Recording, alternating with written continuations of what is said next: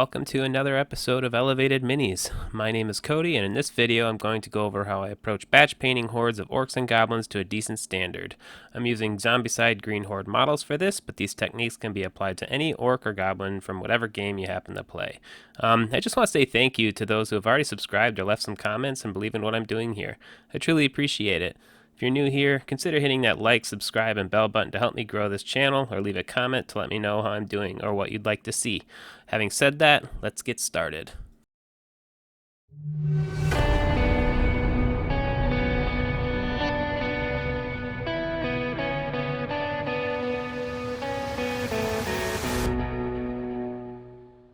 So I primed all these minis black, and like my other videos, I'm doing the whole undershade zenithal highlighting idea that I've done in my other painting tutorials. I started with heavy green, but you could use a dark green colored primer and save even more time. This is one of my favorite methods of painting skin over large quantities of similar models because it's relatively quick, but the result I feel is better than a base coat followed by a wash. It takes a little more time, but I really feel like the few extra minutes per model can make it look that much better. If you don't have an airbrush, which if you're even semi-serious about painting, I definitely recommend getting one. It doesn't have to be expensive, especially if you're only doing this kind of undershade stuff. My first airbrush was $60 and it came with a mini compressor.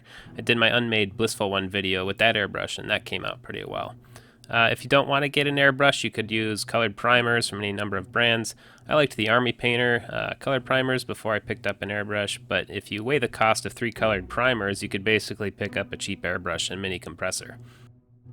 Second color I'm using here is Camouflage Green, sprayed at a 45-degree angle, leaving all the dark green on the underside of the model. The greens you use really depend on what you want. I prefer the more camo-y green skin as opposed to the neon green you sometimes see on orcs. It's up to you what you like. Leave a comment if you'd like to know the paint recipe I'd use for something like that. And for the very top highlight, I'm using Dead Flesh sprayed directly from above and a few other spots that I wanted to be just a little bit brighter. And for the goblins in this set, I wanted a more yellowy, like jaundiced look so I could tell the difference between them while on the playing surface. I'm not 100% sure I liked how these came out, but that's okay. I'm just experimenting here with different colors, but I started with heavy gold brown before going into pale yellow, and then finally Elfic Flesh for the top highlight.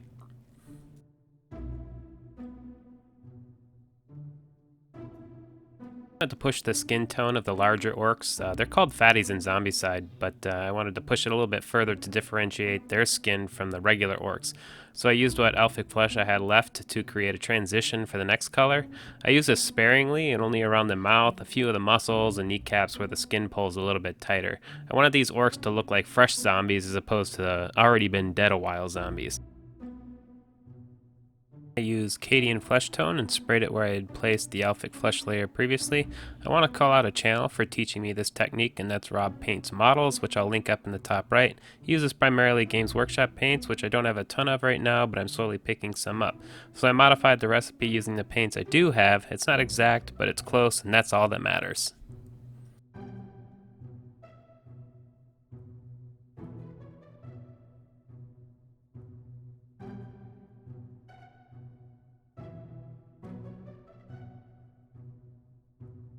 The magic happens when you use Athonian Camoshade over the skin of both orcs and the goblins. Just slap it over the entire model so when it comes time to lay down some base coats, you can see all the details a bit better.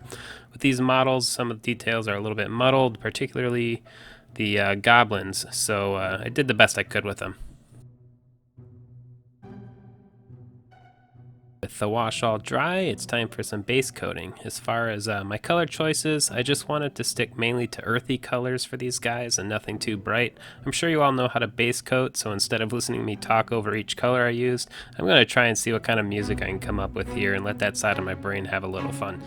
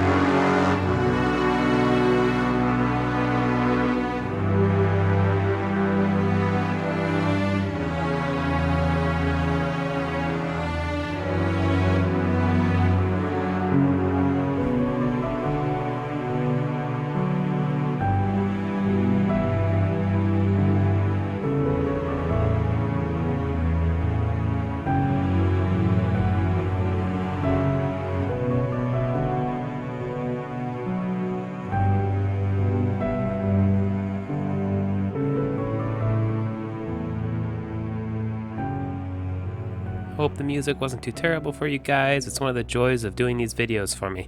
Let me know what you think of it down in the comments below, or check out my other tracks on my SoundCloud that I've linked down in the description. I used a special effect paint called Fresh Blood here for all the cuts, gashes, and bite marks that are all over the orc skin. There's all kinds of blood effects on the market, so pick your favorite one and go with it. I've had this one in the paint box for a while now and I've never really tried it, but I was pretty happy with how this looked for something that I could slap on there real quick. I can always come back later and add a bit more gore to these guys if I feel the need. For the teeth, I used Rhinox Hide, which has been pretty much my go-to color for base coating teeth for a while now. It really allows the individual teeth to pop out nicely when we go to add the bone color later.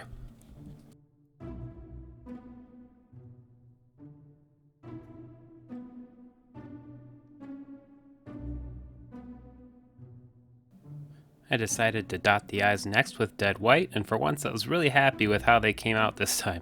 One tip for you if you're prone to mess eyes up like me is to have a wet brush and a clean brush nearby ready to wipe away the paint so you can try again. I don't know if it's the best way, but it has worked for me.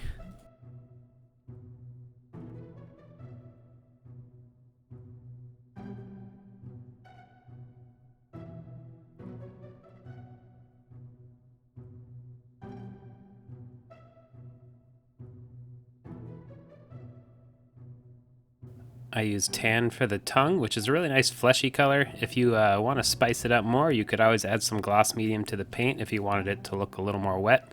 I may go back and do that later to give it a try.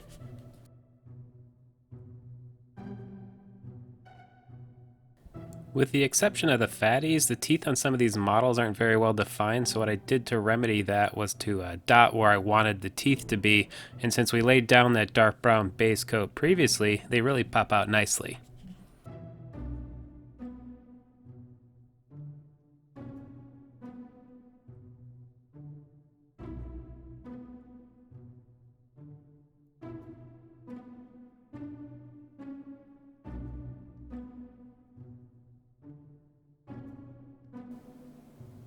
And the last little bit of base coating I did was using Gungrey and all the metal parts. Not much to it here, just take your time.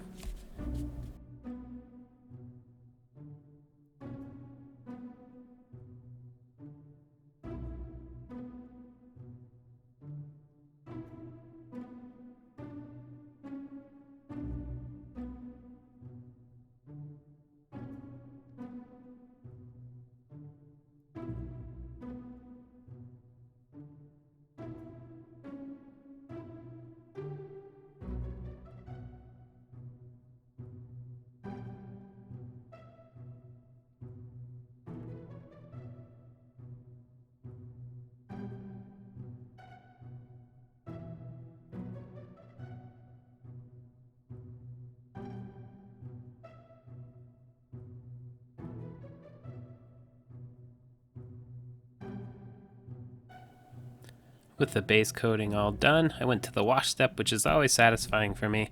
It cleans up little mistakes, gets in all the details, and makes everything pop out real nice. The biggest thing with washes is to not let them pool up and dry too much on the flat surfaces. It can leave a little bit of staining, and that's not really what you want. But you can use any wash you prefer. I use multiple colors as opposed to the one dip wash like Army Painter, but I know that gets great results as well. Use what you have and what you like.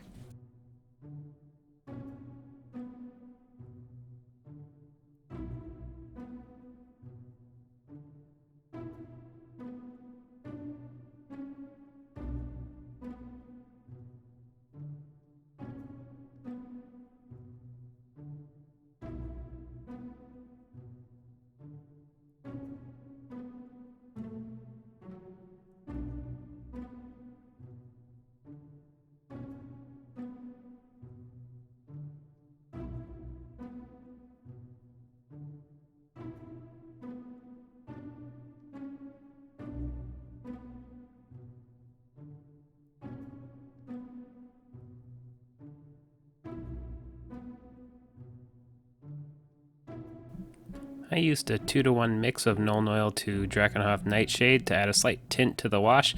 I find it makes the metallics look a little more interesting by adding a bit of color. Experiment with different colors and see what you like.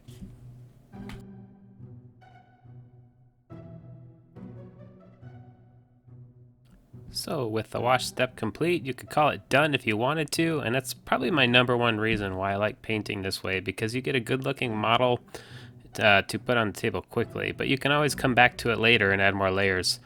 I'm only going to do a few select highlights this time because this is supposed to be a bit more of a speed paint and I've got a ton of models to do. I used Sombre Grey here, which was the original base color, and since the wash darkened it up a bit, it makes a good first highlight color. I focused mainly on the most raised folds of the cloth, and I did that with pretty much all the models.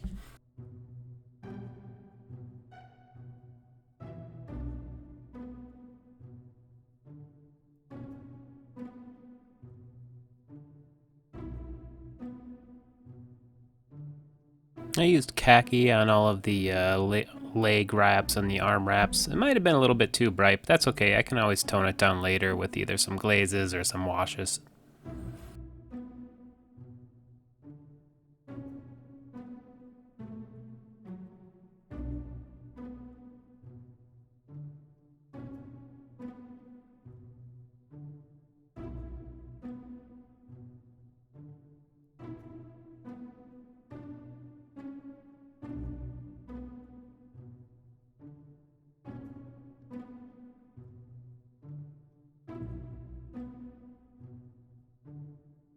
I used cold gray to edge highlight the fatty zombie hoods, and like the khaki highlight, I probably went a little too bright, but I can always come back and smooth it out later. For the time being, I'm not too mad at it.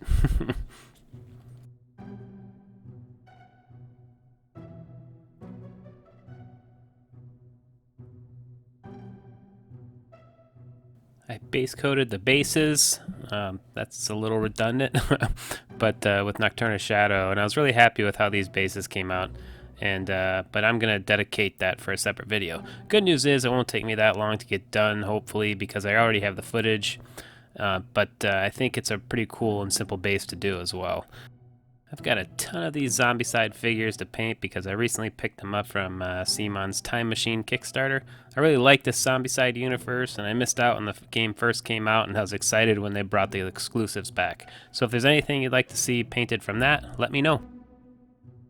Really hope you guys enjoyed the video. Don't forget to like, subscribe, comment, all that good stuff. You know the drill.